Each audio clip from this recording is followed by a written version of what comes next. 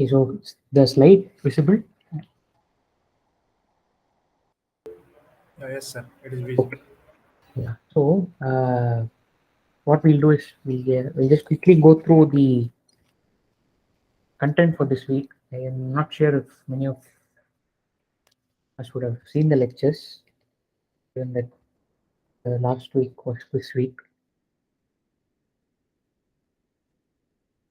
Okay, so yeah. So far what we have seen is we've seen we've been seeing supervised learning. Unsupervised learning got over with week 4. So in supervised learning, so far we have seen regression, uh, simple vanilla linear regression, and then we have also seen ridge and lasso.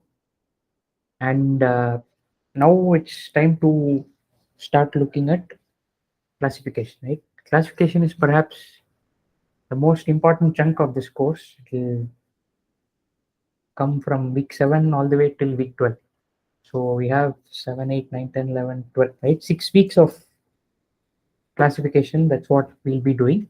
And in this week, mainly we'll be looking at what linear classifiers are, and then two specific classifiers, which are of course not linear, but we'll be looking at what's called the k nearest neighbors and decision trees. Okay, so that is the setting for this week.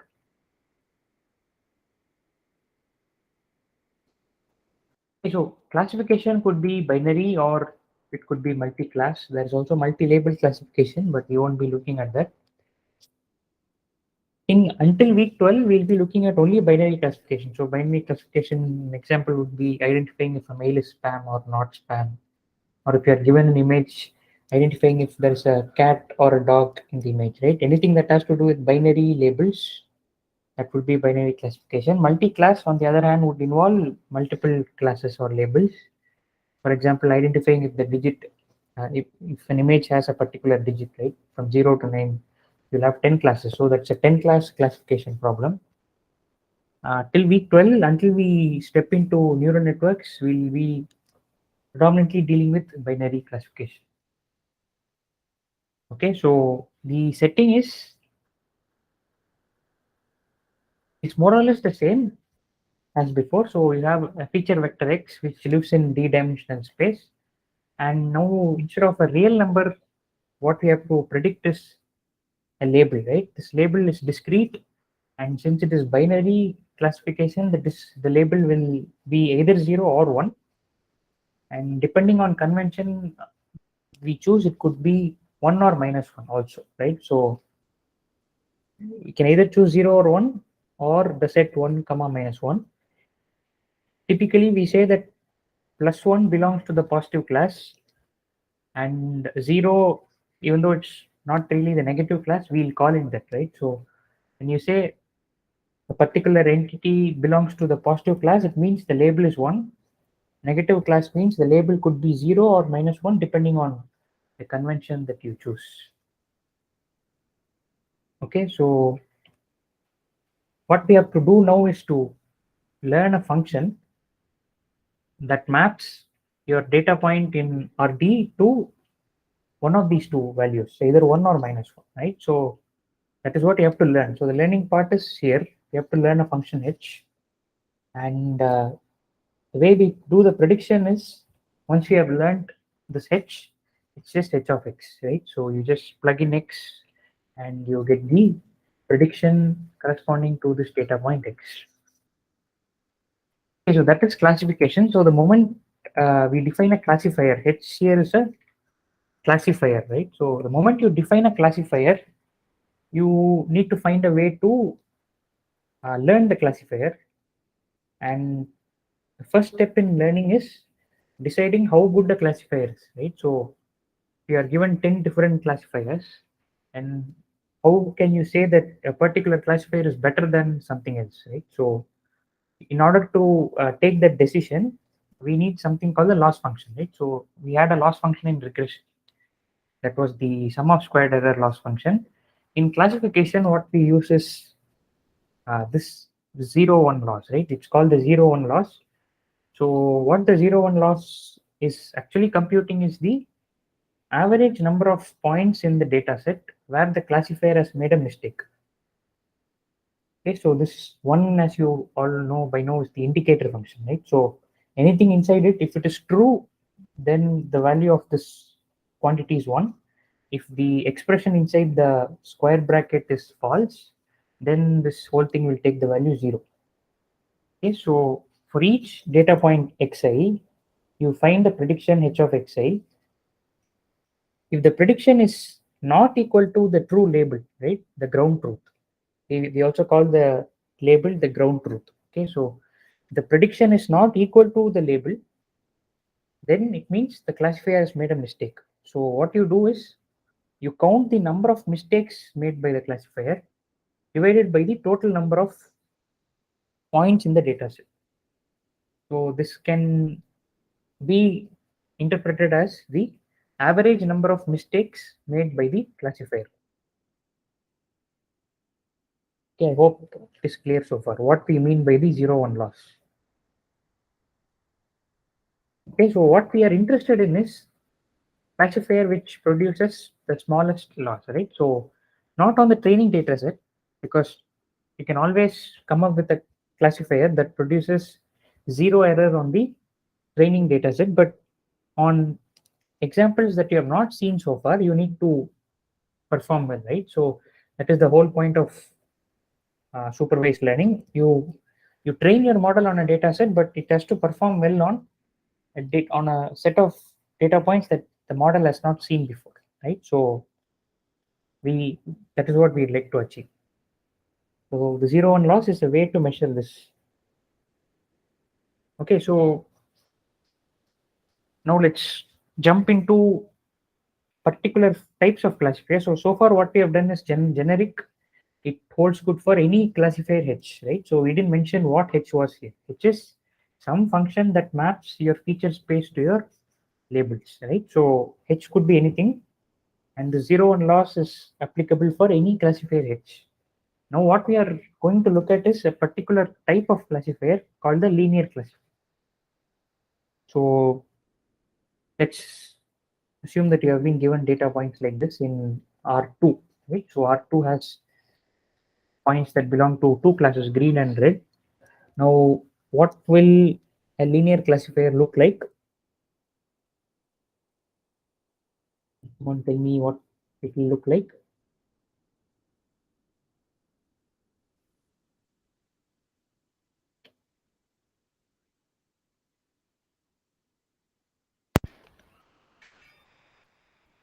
In second and fourth coordinate, passing line.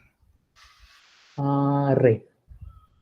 Yeah. So a line passing through the origin, which lies in the second and fourth quadrant, right? So that is right. So let's just see that. So yeah, it looks something like this, right? So this is a linear classifier simply because of the fact that it is linear in the features, right? So W transpose X equal to 0.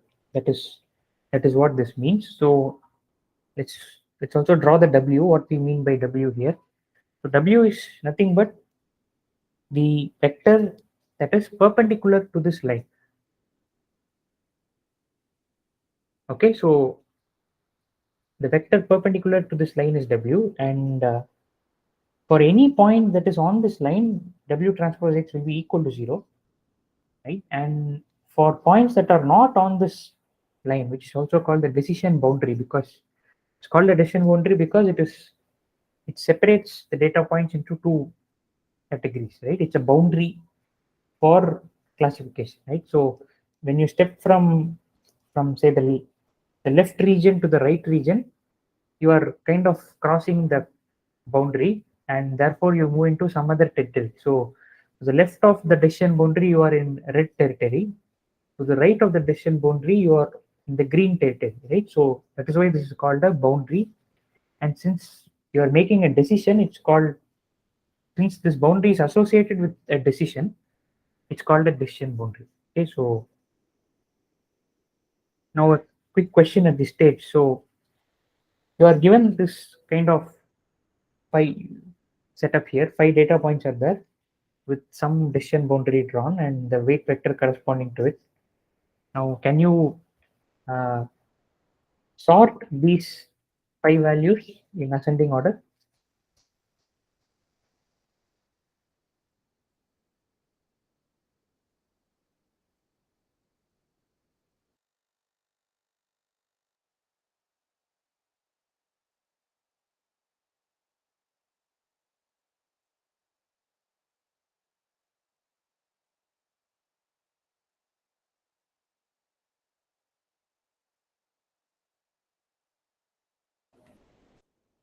Okay, x3 first is x5, is it? What is the smallest? So each of these 5 values is the smallest. Is W transpose x1 smallest, or is it W transpose x2?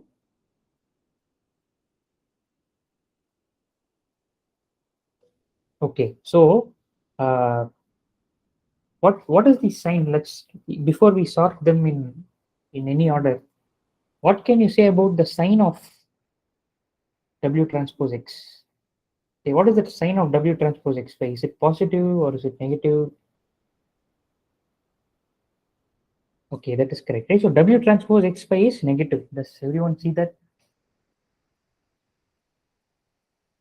Does anyone have any questions about why it is negative?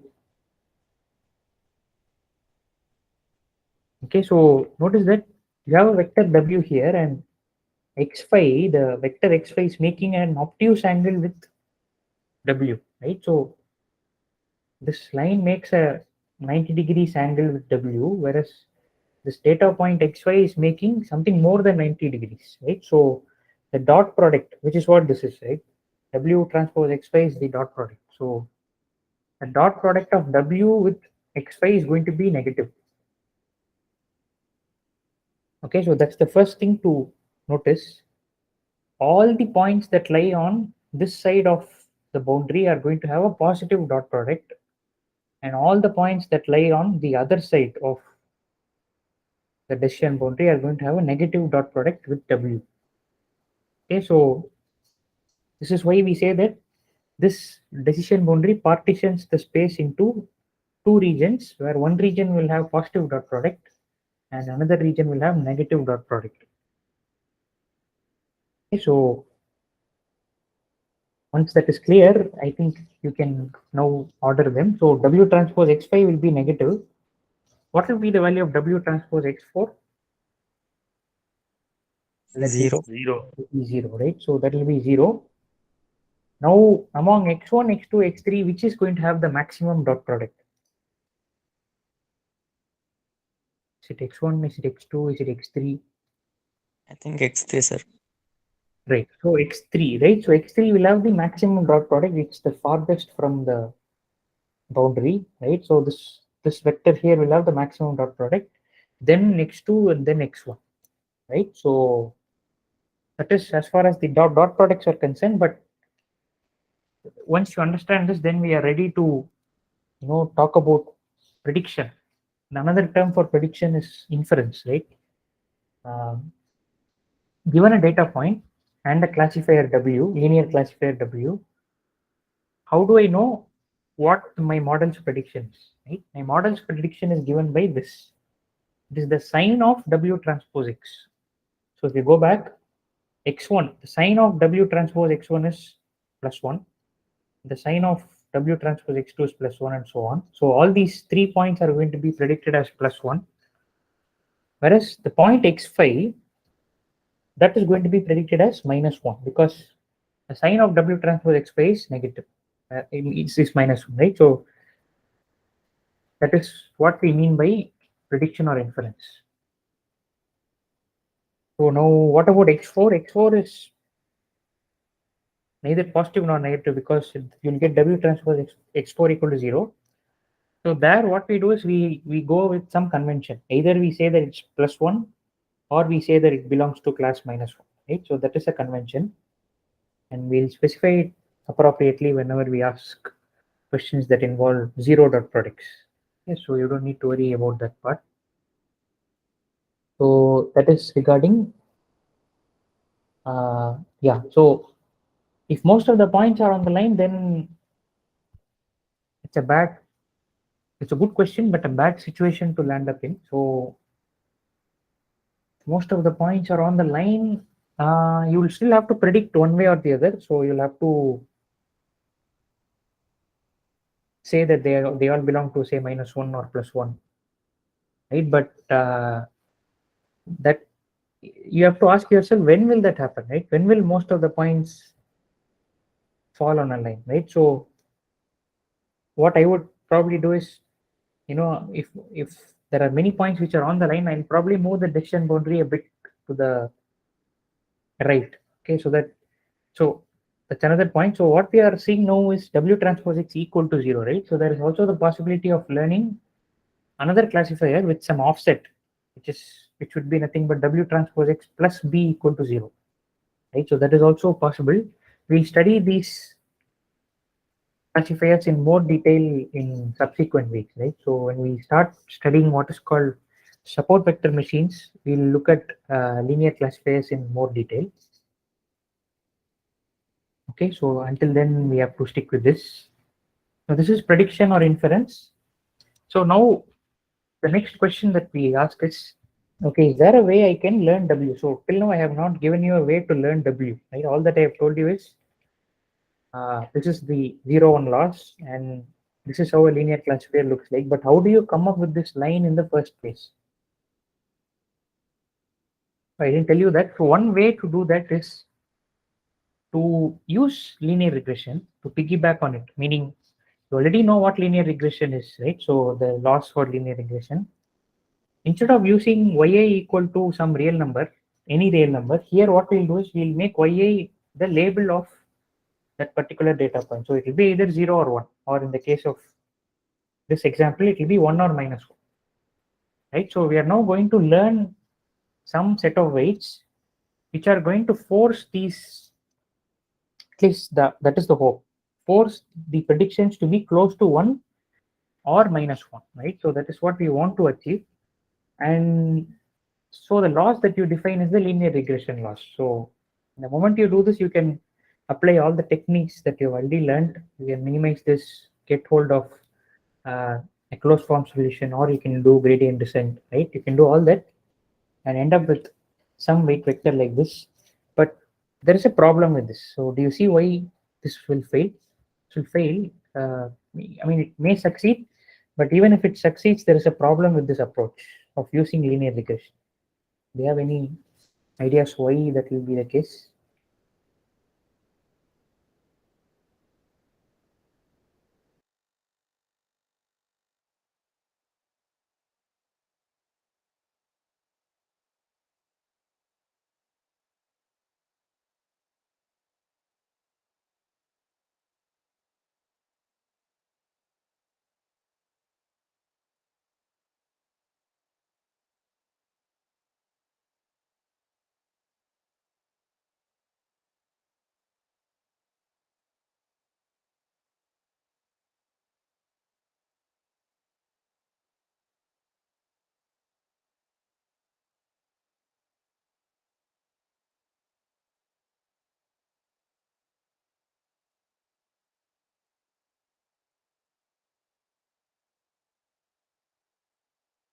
Yeah, so I was asking, so do you see why, what is the problem with, uh, using linear regression to solve for classification?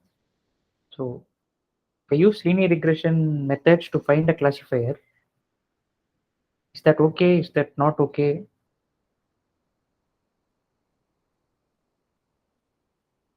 Okay, so so it's actually not as a good idea, because see, I finally what do we want? Finally, we want to predict the labels of these 3 points, right? So, or these 5 points. I want to predict 1, 2, and 3 to be 1. Okay, but what is this going to give me? This is going to, if you go back to the loss function, what this is telling me is that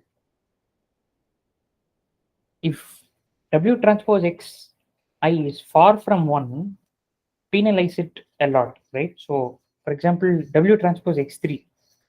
So Y3 is 1. Let's say Y3 has label, point 3 has label 1. So if Y3 equal to 1, but my W transpose X3 is going to be what? It's going to be something really big. Okay, because this point is far from the decision boundary. Okay, so what I'll end up doing is I'll end up penalizing the point 3, even though it is correctly classified at this stage. Okay, so this loss function is not very reflective of what you really want to achieve. Okay, so I am unnecessarily penalizing this point even though it is correctly classified. So this method of using linear regression to solve the classification problem for linear classifiers, this is going to be affected by outliers.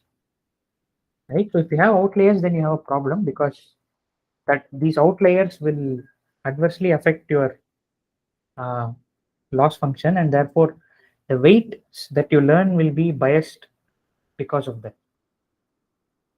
Okay, so this is not really a good way to solve the problem. So we have a question. What is the question?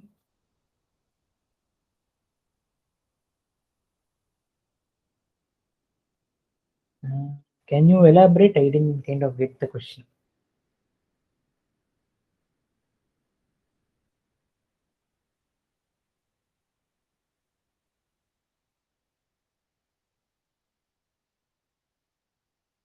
Okay, so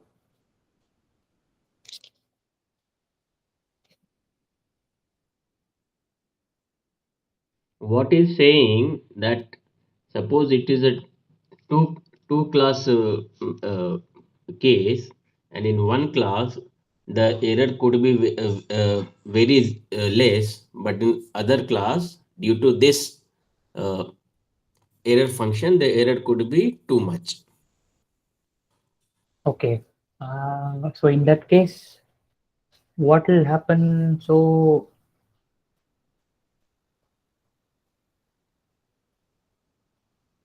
yeah, see, what we are currently talking about is we are seems as though we have already chosen a line and then we are discussing, right? So that is not really the case. So if you actually try to learn using this regression loss function, then the point is whatever line you get is going to be biased by the outliers, right? So regression lines. Okay, so this special scenario we'll have to consider it separately, right? So we have to probably sketch it out. So unless we actually run the algorithm and see, we can't say exactly where the line will be. Okay, because it's not very easy to, given a configuration, one cannot immediately say that this is the line that you'll obtain. You'll have to reason with it. You'll have to, in this case, you can get a proper solution, right? So you have a closed form solution. Maybe that's an exercise that we can try, right? Okay, so that is with regard to linear classifiers. So now we come to one of the two algorithms that are mainly taken up this week, which is the k nearest neighbors. So k nearest neighbors is probably the simplest of all algorithms. What we try to do is, let's say you have a set of training data points here, green and red, and the black point comes up for prediction. So how will you predict the label of the black point? One approach that you can take is look at the nearest neighbors of this black point. Okay, look at their labels, look at the labels of those neighbors, and whichever label seems to occur the most number of times, return that as your prediction. So for example, here, let's say we take 7 neighbors, then the 7 nearest neighbors are going to be these 2 red points and these 5 green points, right? So there are more number of green points than there are red points in your 7 nearest neighbors. So what you will do is you will say that this green point, this black point, right, should also be labeled green. Okay, so look at the k nearest neighbors and see their labels, and whichever label seems to occur the most number of times, that will be your prediction. Okay, so the algorithm is as simple as that. And so some details as far as this algorithm is concerned. So first thing is, how do you choose k? Okay, so k is a hyperparameter, meaning you have to tune it, right? So there's no fixed value of k. It's not like k equal to 7 is the best choice. So you'll have to play around with different values of k and choose the one which gives you a low validation error, or so something like that is what you have to do. Kernel trick, how will you do that? So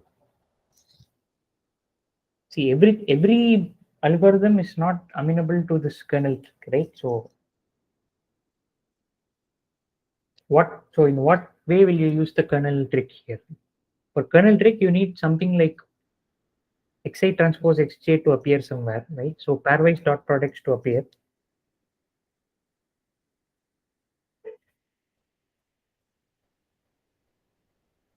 Okay, so I'm not sure if there is a kernel version of the nearest neighbors. What you could do is, potentially consider different choices of distance functions. But the point is, every algorithm cannot be kernelized, right? So you don't have a kernel version for every possible algorithm.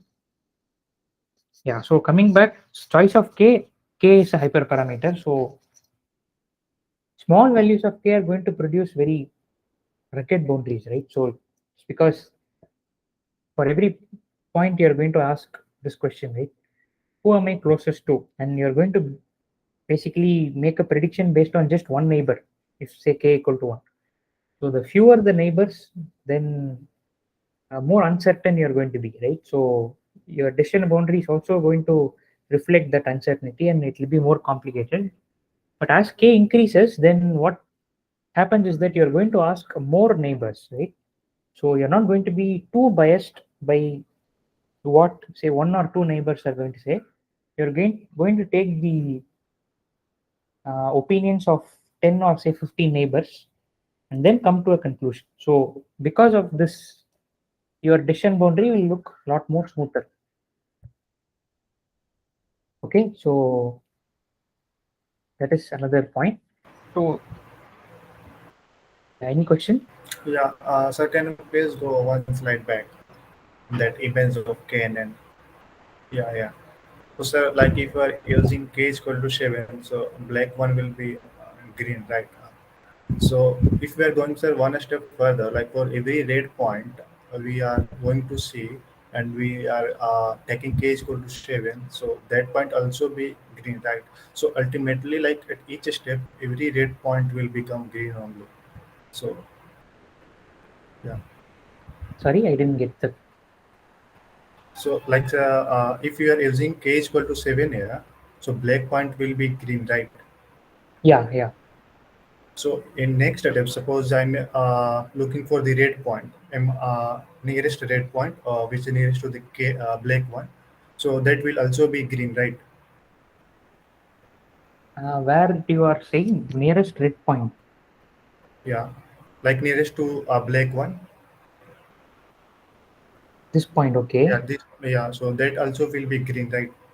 No, no, that is not green. That is red. No, that is like the training data. Okay. No, like if I am supposing this for like we have done for the black one. Okay. So okay, so like a black one is a validation data.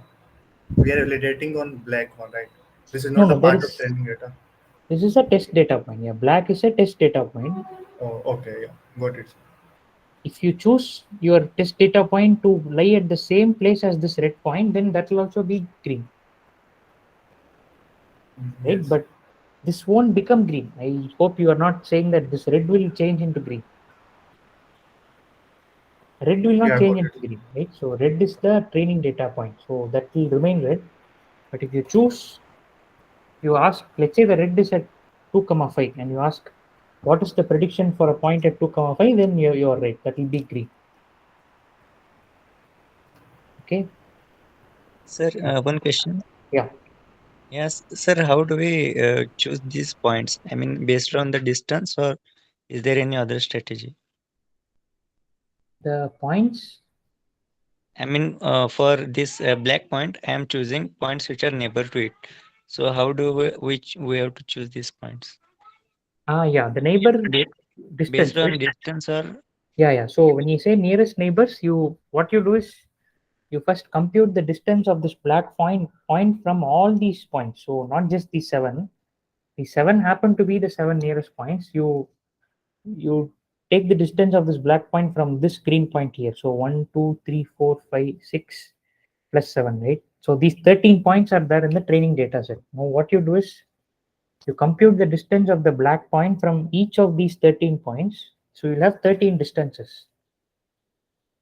So you sort these distances in ascending order. And if your value of k is say 5, then you choose the first 5 of these distances. Okay, and you look at the labels of these 5 points which are nearest to the black point. And whatever is the majority label in that, you predict that as the label of the black point. okay, sir, got it. Thank you, sir. Okay, so that is the idea of k and n. So as I said, the choice of k is a hyperparameter, and small values of k produce complicated boundaries, and the higher values of k produce smoother boundaries, and you choose this by cross validation. Okay, so that is basically the KNN algorithm. So there are quite a few problems with this. So I've taken this particular part from this book called Probabilistic Machine Learning. Okay, so notice that this problem occurs if you have data lying in, say, d dimensions, right? Typically we say our data is in RD, right? So what happens as you go to higher dimensions? We can visualize distances in R2, right? For example, here we know what we mean by distance, right? So this is what we are talking about. But what happens as we go to higher dimensions is a question.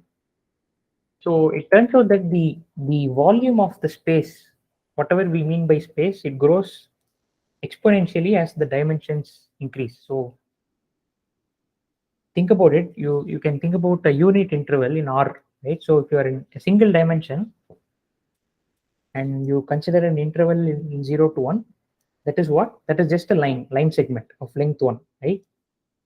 Now when you move to 2 dimensions, it becomes a square, right? Now if you think about putting the same set of points into a square, then they are going to be much more spread out, right? So for example, take 100 data points that were sitting on a line segment 0 to 1.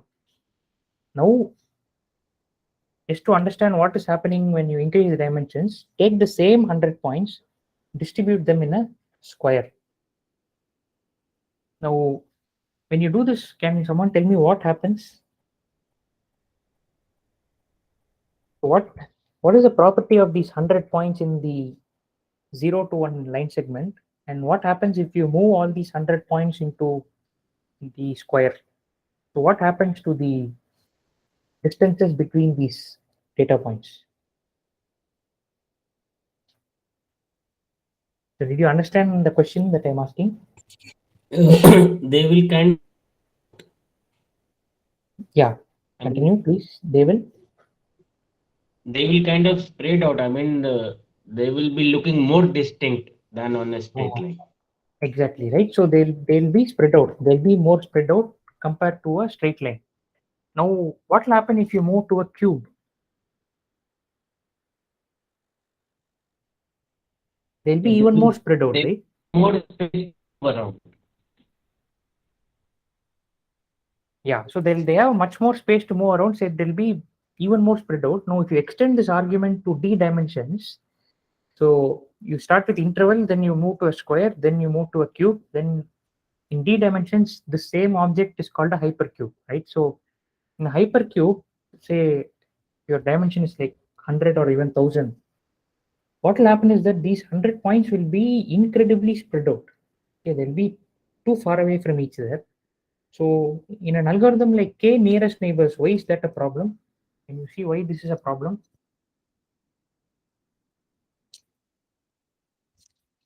If the It will points be are too difficult spread to out, call nearest then. yeah, that's exactly right, right? So when you say I'm finding my nearest neighbor, you'll have to look very far away in your space to find your nearest neighbor. Okay, and as you correctly pointed out, when I call someone nearest neighbor, that neighbor will actually be like several units away from me. Now, neighbors that are so far away, how can I accurately say that, you know, they, how can I accurately take their opinion? So to give you an analogy, say let's say you are sitting here in India, right? And you say that your neighbor is in the US, rather than saying that your neighbor is in, say, Bangladesh, Sri Lanka, or Pakistan, right? Instead of saying that, what you're saying is that to understand about some, say, geographical condition, I'm going to ask someone sitting in the US, or I'm going to ask someone sitting in Japan, and take their opinions about what is happening here. Okay, so I cannot trust these decisions or opinions, right? Technically, So that is possible, but it will be computationally intensive. not just computationally intensive, right? It is also not uh, very reliable, right? That is what we are trying to say. See, I'm trying to look at someone who's very far away from me, and Yes, sir. I'm saying that that person's opinion is reflective of my state, right? So your point is also valid. That is computational consideration is also there, but in this case, it's more of neighbors becoming, really far away from us. Okay, so that is one main issue with KNNs. The other issues are, as you said, the computational thing, computational considerations, meaning for every prediction you have to make, you'll have to compute the distances of the points to all the data points, right? Not just your nearest neighbors, but the data set has 1000 points, you'll have to compute 1000 distances, right? And the other issue is choice of distance function. We are using Euclidean distance, but it is not necessary that that is the only correct choice of distance function. There are other choices. One common choice is the Manhattan distance, right? The L1 norm or Manhattan distance. You can Google that up in case you are not aware of it. So that is another choice, and we don't know which one is good, right? We'll again have to do some kind of cross validation or some other method to figure out which is a good choice, right? But by far the biggest problem is that no model is being learned. So you're not learning anything that you can put it apart. So this is the example that professor has given, where once you learn a model, you can actually throw away your training data, right? But in this case, you cannot do that. Once you learn a model, since no model is being learned, you always have to keep the training data around, because prediction requires that you use the training data. Okay, so that is all with respect to KNNs and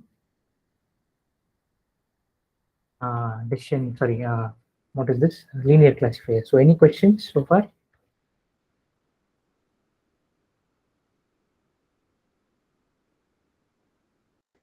Okay, so that's the simple part. So let's quickly jump into decision trees. Okay, so just give me a minute. So I know that some of you may not want to talk, so I'll just have a poll. You just answer that question.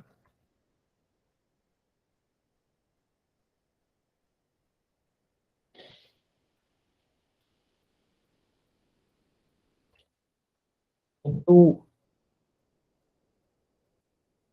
see the poll that I have created, can you just respond to that poll?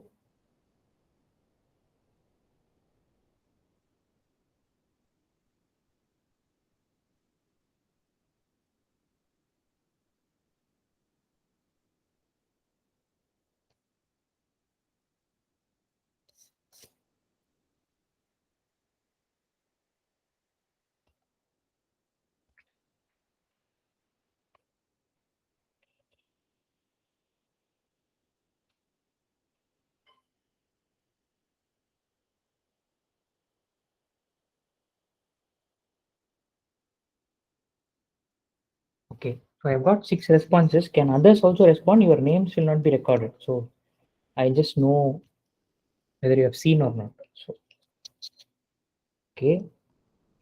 I haven't started week 7, sir. Okay, great. Okay. I mean, it's good. I mean, it's not good in the sense that, of course, you have to watch, but I at least know if you have seen or not. So, around 9 of you have responded, and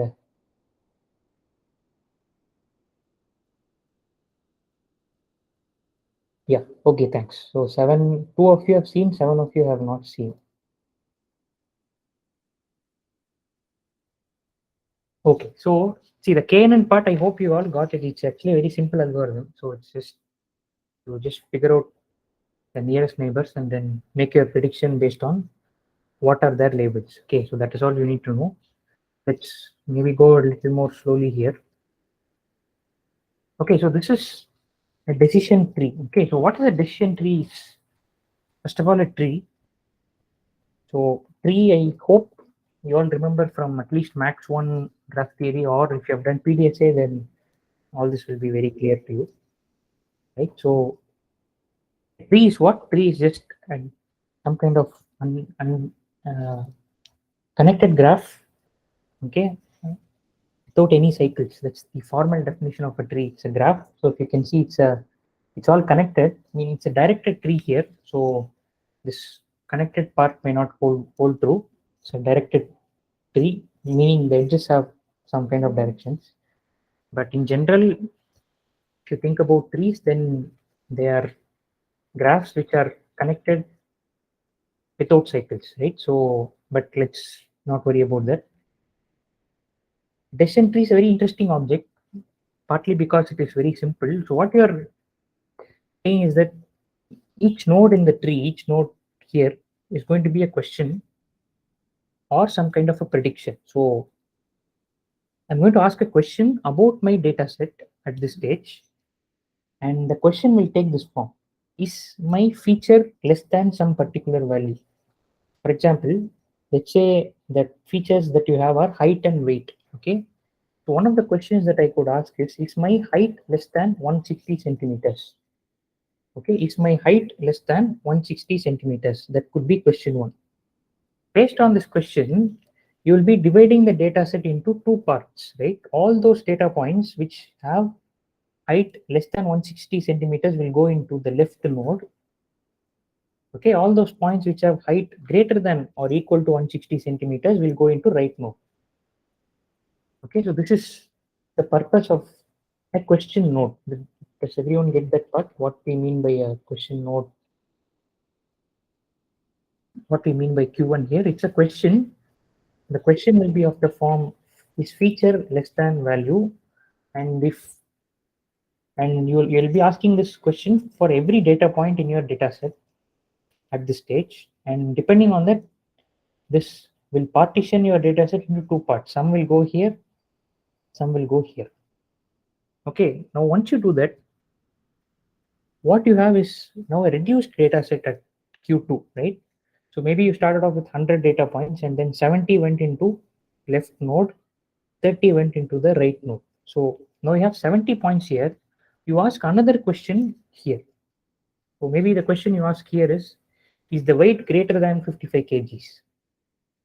Okay, at Q2, the question Q2 is, okay, maybe not greater than, let's always stick to feature less than value. So maybe you ask the question, is the weight less than 55 kg? Okay, depending on that, again, you will get another 2 set of data points, right? Some of them will go into left node, some of them will go into right node. And maybe at this stage, you have a clear enough idea that all these data points, I'm going to call it class 1. All these data points, I'm going to call them class 0. Okay, so we'll discuss more about when this decision will be made, but this is the general structure of a tree. Okay, tree is nothing but a sequence of questions which keep on dividing the data set into smaller and smaller parts until you end up with what are called leaf nodes, right? These are all leaves because they don't have anything below them.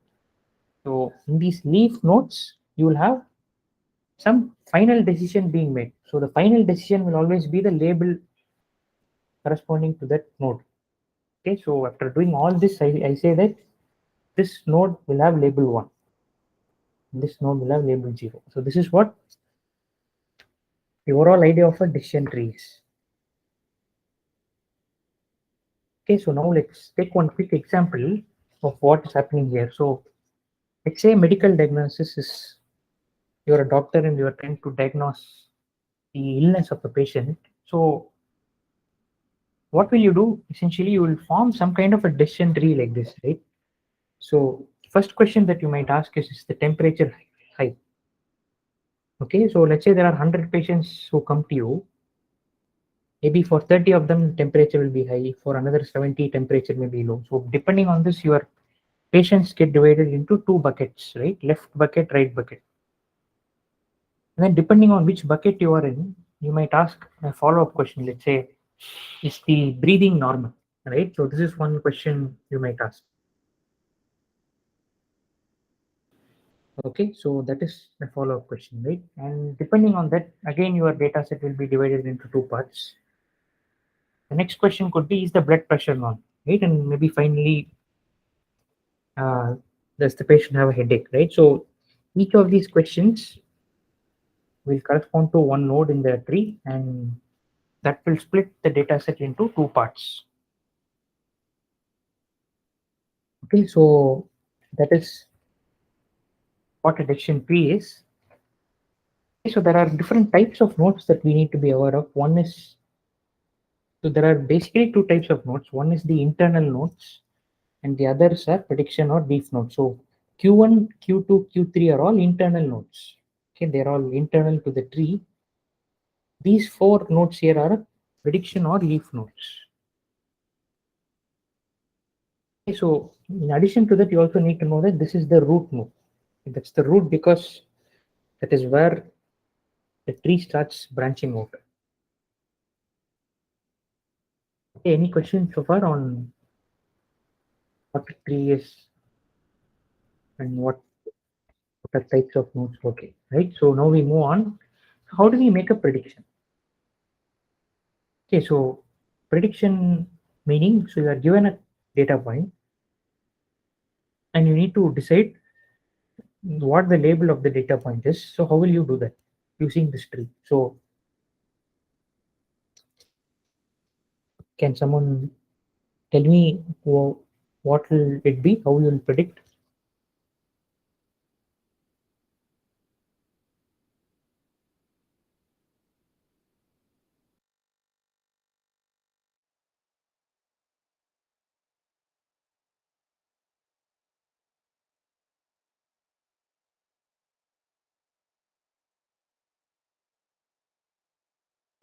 Okay, so what you'll do is you will start from the root node, okay, and based on the answer to each question, you will know whether you have to go left or you have to go right. Okay, and you keep going, and moment you hit a leaf node or a prediction node, you say that whatever is the label of that leaf node, that is your prediction. Okay, so you start from here, and so here the question is asking you to select all paths that give you one as the prediction, right? So yeah, one answer that we have is Q1, Q3 is.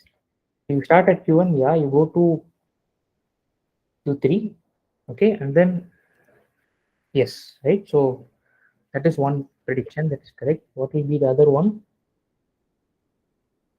Q1, Q2, yes, no, right? That is the other one. Q1, Q2, right? Once you select yes, you go to Q4 and then yes, right? So it's actually Q1, Q2, Q4, yes, 0. Sorry, yes, no. Q1, Q2, Q4. When you select no, you end up with 1. Right, I hope everyone got that. So it's Q1, yes, Q2, yes, Q4, no, 1. Other path is Q1, no, Q3, yes, 1. So these are 2 ways in which you can get 1 as the prediction for a no.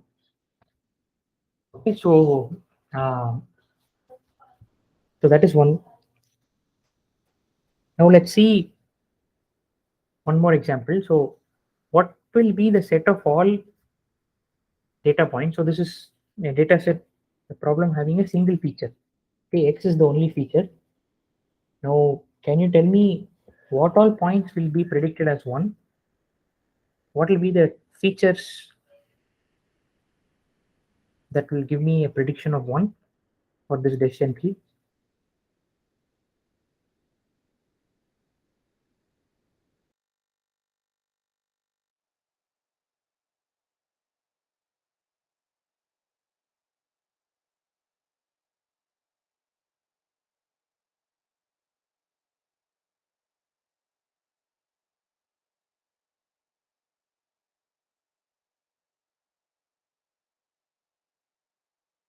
Okay, minus 5 to 5 will be predicted as 1 or 0.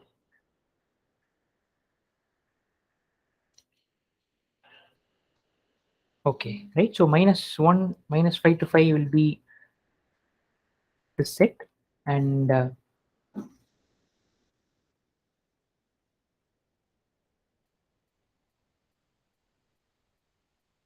for S0, it will be what? Minus infinity to minus 5 and 5 to infinity.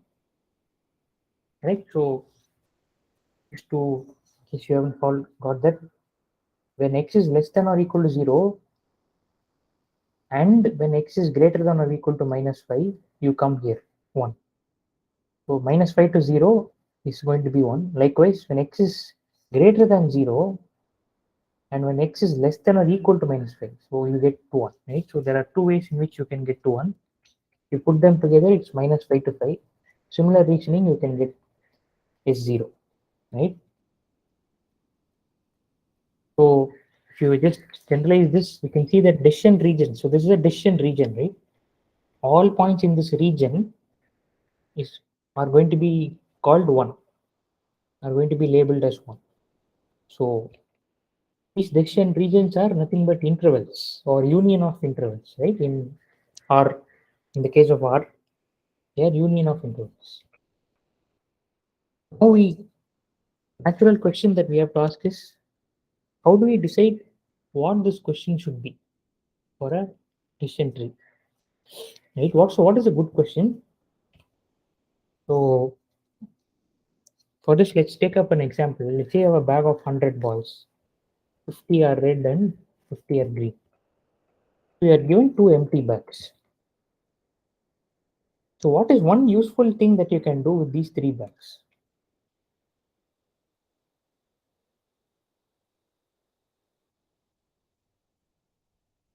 If I give you this kind of scenario, what is one useful thing that you will do with these 3 bags that are in your possession?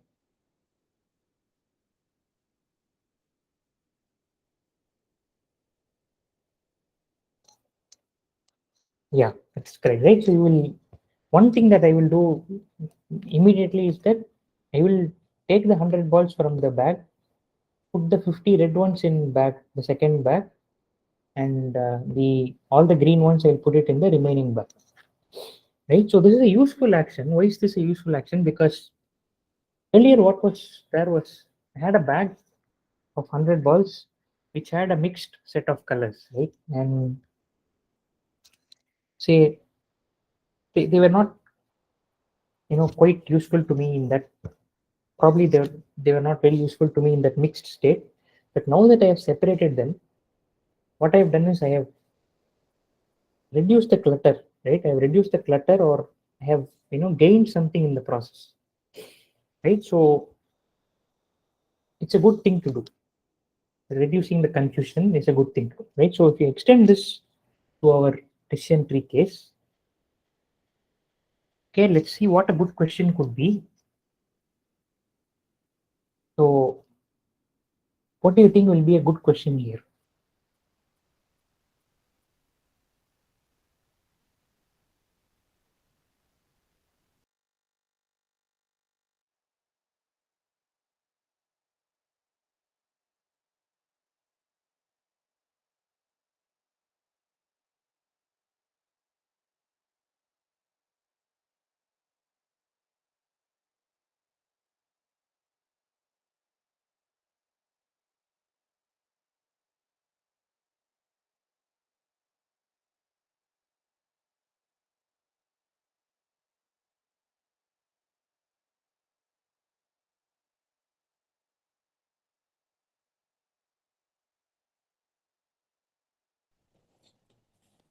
Okay.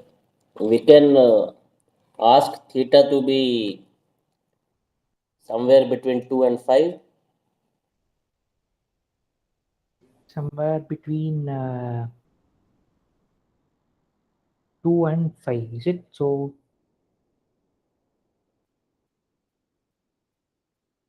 okay, what about this point 3 comma 0? Would that get hit if you Correct, 2 and 3. right? Okay, so that is correct. So if you ask theta to lie somewhere between 2 and 3, then you have a neat separation, right? So look at all those points which have labeled -1. They are -1, -3, and 2. So anything less than 2, you have label 1, and anything greater than 3, greater than or equal to 3, you have labeled 0. So if I pick theta to be somewhere between 2 and 3, okay, then I can ask the question, is x less than or equal to theta? That will give me a clean split between these two, a clean split of these points, right? Where one set has red points, another set has green points. You can't do the quadrant thing because your features are real, right? They are in R. They are not in R2. We are not in R2, right? We are in R. So it doesn't make sense to talk about quadrants here.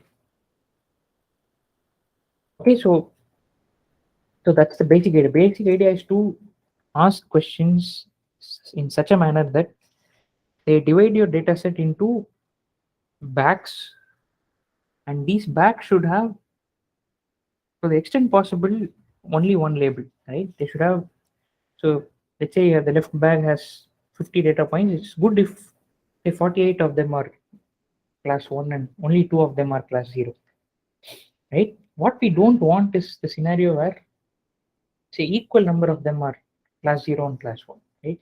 So that's the original case you started off, right? You started off with 50-50 of red and green, but if you are going to end up with something similar, then that's, we have not achieved anything, right? So this idea is captured in what is called the impurity of a node, and one way to measure the impurity is by this quantity called entropy. Okay, so P is here the proportion of points that belong to class 1. What do I mean by that? So there are 100 points in a node.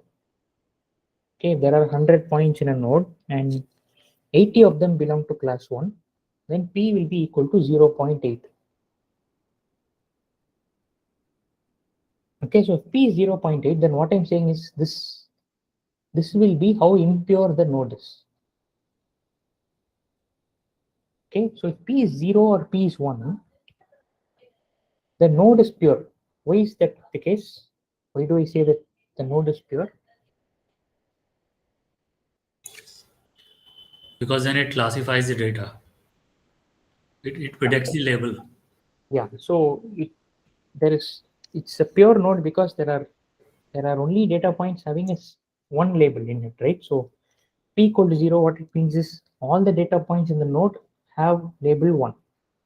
Sorry, label 0, right? There are no points which belong to class 1. If P equal to 1, on the other hand, your node has only points that belong to class 1. There are no points that belong to class 0. This is a very good state to be in, right? Because you have very cleanly separated your data points. So it's a pure node. There are no impurities. Now, if P is neither 0 nor 1, if it is somewhere between 0 and 1, then you have an impure node. That's the understanding. And that impurity is maximum when P equal to half. Okay, what is the significance of entropy? Entropy is a function which measures the impurity. Okay, so if you want to understand more about entropy, you have to study a bit of information theory and see that it has its roots there. So you can go through, I think some of the blogs or pages on the web will have information about what entropy is. So it comes from information theory. It was developed by Claude Shannon, right? Shannon's important paper discusses this. So this is not too different from thermodynamics. So you do have, I think, statistical thermodynamics also discusses entropy. I think that's what you're referring to, right? So yeah, that same entropy, it's kind of related to that part. Oh, okay, that entropy you're asking about, second law of thermodynamics, that entropy. Sorry, out of the scope of this particular session, but okay, so entropy always keeps increasing. This is kind of I think it's this. In some sense, it's the same idea. It's a measure of uncertainty, right? So how uncertain you are. So, for example, if you have a node like this, right, where there are 50 data points which are in class 0 and 50 in class 1, you have a lot of uncertainty concerning that node, right? Because you are not certain. So you have your entropy is also higher. Whereas if p is close to 1 or 0, then the amount of uncertainty that is there in that node is lesser. Okay, so it's kind of related, but I am not too sure, right? I'm not though I am from the same mechanical engineering background, I don't know much about the second law of thermodynamics or the actual entropy that is used there, but it is related. They are related concepts, so you can probably read about it. This entropy that we are talking about is more. It has more ties with information theory, the field of information theory, where so that's one of the reason why this logarithm that you see here is base 2, right? So entropy is measured in bits, so that is one of the units that you will be using. So it has ties to communication systems and all that. Okay, so I am again not an expert in that. The only thing you need to know about entropy now is it is a curve like this, which peaks at 0.5, okay, which is small when p is small or when p is big. Okay, always use log to the base 2, and maximum impurity in a given node can be 1. Okay, so this is all you need to know. So why are we using this? We are using this to decide if a question is good or not. Okay, so for that you use this quantity called information gain, which is closely related to entropy. Think about a question. That question is going to divide your parent. This is the parent into two children, right? Left and right. So the entropy of the parent is going to be E. The entropy of the left child will be EL. Entropy of the right child will be ER. Okay. Now there's one more quantity we are going to introduce. It's called gamma. Gamma is again very simple, though it may sound complicated. You have 100 points in Q to begin with, and 70 went into L and 30 went into R. Gamma is nothing but 70 by 100. Okay, gamma is 0.7. So it is how many points go into left child divided by total number of points you started off with. Okay, so once you have all these things, you do what is called you compute what is called the weighted entropy of the children. Okay, so that is nothing but the entropy of the left child multiplied by the weight gamma plus the entropy of the right child multiplied by 1 minus gamma. Okay, so this is just what you're doing is you're combining the entropy of your children and into one single value. Why do you do this?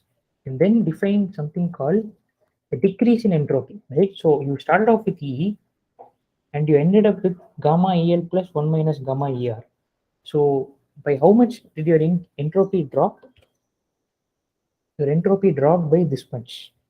And this quantity, this decrease in entropy is what we call the information gain. Okay, so just tie this back to what we discussed earlier. Why is this called information gain? Because entropy is like some measure of uncertainty, right? The more impure your node is, the more uncertain you are going to be about the labels of that node. And when your entropy comes down, your node is going to become purer, right? So your uncertainty is going to decrease. So whenever your uncertainty about a node decreases, you are getting more information about that particular. I mean, I won't say node.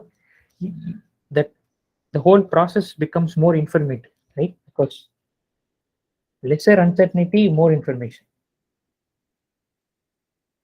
Okay, so did you all get it? This is like kind of idea of information gain, right? So the important property of information gain is that it's always positive, or it is zero in one case, which we'll discuss shortly. But information gain is a non-negative quantity.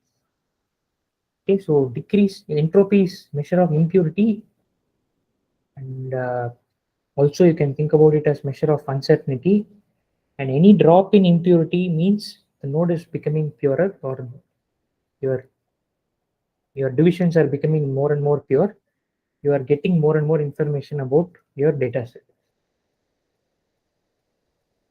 Okay, so finally, So this the decrease in information at each level, I mean, it is bound to decrease. It can never increase, correct?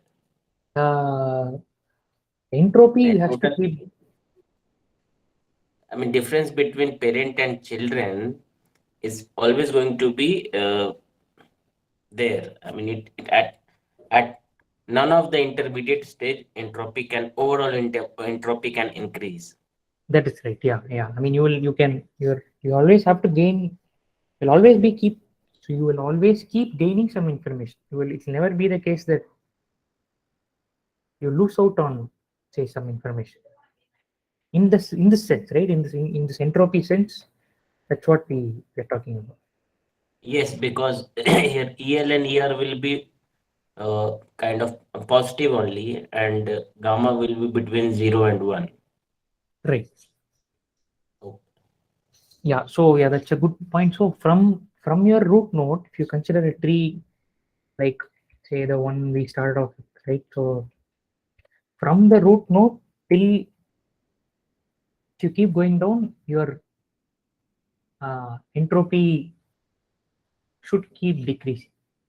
Or at least the entropy of the parent will always be more than or at least equal to the entropy of the children. It will never be the case that entropy of the children put together is higher than that of the parent. Okay, that's what we mean when we say that information gain is non-negative. Okay, so once you have that, this is an important point. When is it zero? Okay, I'll give you one example when it is zero. Let's say you have 100 data points, the parent node, 50 of them are in class 1, 50 are in class 0. So entropy of parent node is going to be 1, right? Because you have equal number of points in both the classes, so you have maximum impurity, right? Maximum impurity, maximum uncertainty, because you don't know what label to give that, right? They are so impure. Now you have a question which splits the data set in the following way. 40 points go into left child, okay, 60 points go into right child, and of the 40 points that went into the left child, 20 of them are in class 1. Okay, so what do you think will be the entropy of the left child now?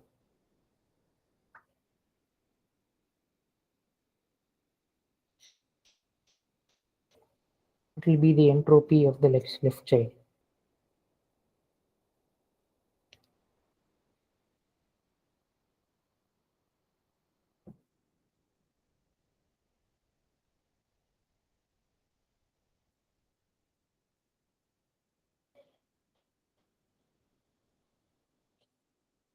Okay, so any On the ideas? left side, it is 50-50 situation. Correct. Yeah. So what will be the entropy of the left child then? So it will be in the middle of that curve. So it will be 1. Correct. So yeah, middle of the curve means middle of the curve is 1, right? So this gamma is 0.4 because 40 divided by 100, that is what is gamma. So the entropy of both left and right children will be equal to 1, in fact. Okay, so do you see why? Because 40 enter into left, 60 will go into right. Out of the 60, 30 will belong to class 1 because totally we had only 50 points in class 1, right? 20 are in left means 30 will go to right. So there are 60 points in right node, 30 of them are in class 1, 30 in class 0. So that also will have entropy 1. So what will be the information gain for this question?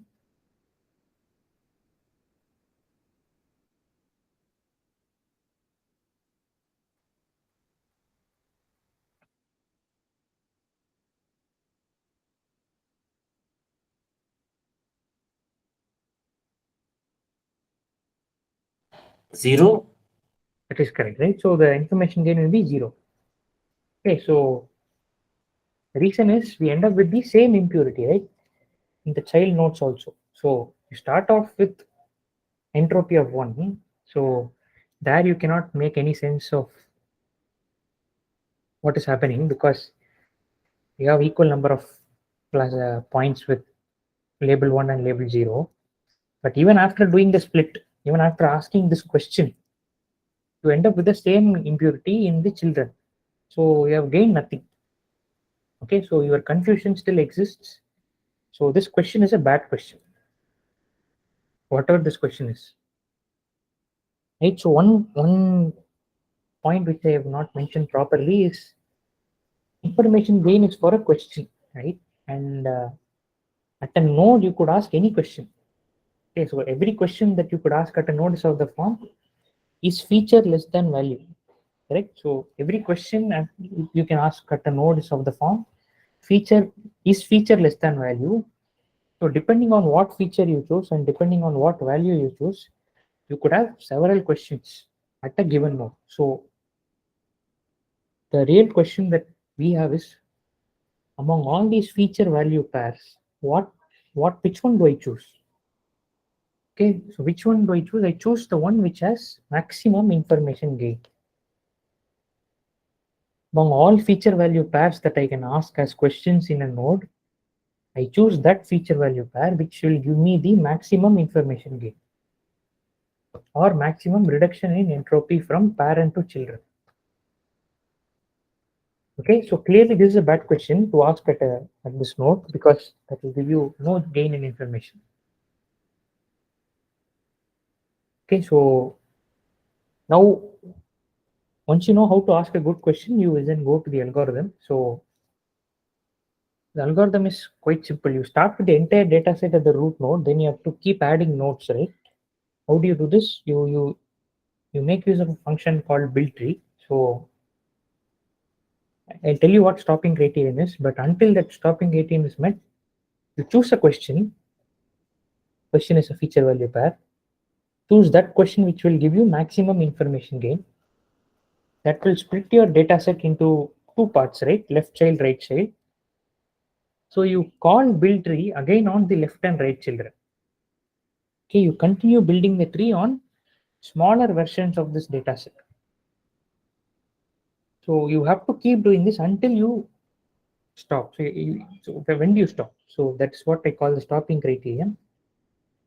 So there are few criteria you can use. You stop when the impurity of, say, the whatever node you're looking at is less than some quantity. Let's say and the impurity becomes less than 0.1. Then you stop. That is one criteria, right? One criterion. So what does this mean? The nodes have become pure enough. Okay, so only 10% of the points are impure. Then you stop. Or if you want to be even more strict, you could say impurity less than 0.5%, right? Or 1%, whatever, right? But that is one stopping criterion. The other way to stop the algorithm is When your tree becomes too big, then you stop. So that is given by what is called the depth of the tree. So the moment the depth of the tree becomes more than, say, some quantity capital D, you stop. Okay, so I just move on to what the decision tree really looks like in two-dimensional space. Okay, let's take this simple tree of that is shown here. So you have 4 leaves, L1, L2, L3, and L4. Okay, so when you say x less than 3, and then what that will be is everything to the left of this line x equal to 3. Okay, so you go to this region, and then you ask the question is y greater than 2. That will be all of them that are here, right? This is the region y greater than 2. So anything that is there in this region of x less than 3 and y greater than 2, I'm going to say it's minus 1. Okay, so this will correspond to the region L1. Anything which is less than 3, x less than 3 and y less than 2, that will be plus 1. That will correspond to this region of L2. Okay, this second leaf will be this region. And then you come to this other two regions. This is x greater than or equal to 3, that is this whole region. There you are asking when is y less than 4, that is L3. Okay, the only remaining part is L4, which is this part. Okay, so your decision boundary are these straight lines here. Your decision regions look like rectangles, right? So they look like rectangles. So in R, as we pointed out earlier, they look like intervals, right? So decision boundaries or decision regions, this should actually be decision regions. They look like intervals. In R2, they look like rectangles. In R3, what do they look like? Any guesses? What will they look like?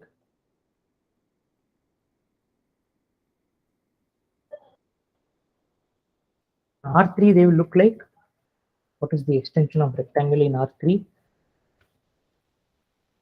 Right? So they look like cuboids, to be more specific.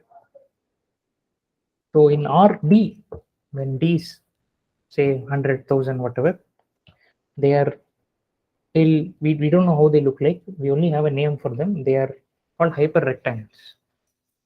Okay, just like you have line, plane, hyperplane, you have rectangle, cuboid, hyper rectangles, right? So they look like, at least that's the name for them, right? So few more points, the depth of a tree. So typically we prefer short trees. Okay, long trees tend to overfit the data. So this is an example here. So you have a data set like this, right? And this is one decision tree. Notice what is happening here. These two green points actually are some kind of outliers. Okay, so this entire region is ideally only red, but somehow these 2 points are also there in the training data. But this decision tree has fit those 2 data points also. This is some kind of overfitting. On the other hand, this is a much better fit. Okay, so this corresponds to a short tree, meaning the depth is small. This corresponds to a long tree, meaning depth is large. So why is that true? I'll just show you one case. So I have drawn this decision tree, that part of the decision tree for this small rectangle here. Okay, so this small, in order to get this small decision region, you have to have this bigger tree, subtree, I will call this a subtree, right, in your original tree. So you see why this is true. Think about this as this rectangle having sides at x equal to 3, x equal to 4, y equal to 3 and y equal to 4. Then you're saying when x is less than 4 and when x is greater than 3 and when y is less than 4 and when y is greater than 3, call them green. Okay, all this just for these 2 points. you have to do so much. You have to add so many nodes just to predict these two green points. Okay, this is unnecessary, right? This is overfitting. You can as well leave out these green points. That will be a good tree, right? Where you won't overfit. Whereas this kind of a tree here, you are fitting this noise also. Okay, so this is why we say that short trees are preferred and long trees tend to overfit the data. Okay, so finally, few more aspects before we close. So in decision trees, the tree is the model that you are learning. So once you have the tree, you can actually throw away the data. So this is where they are different from k-nearest neighbors, where you had to retain the training data even after. I mean, there's no model in KNN, but here you have a model, and that model is the tree.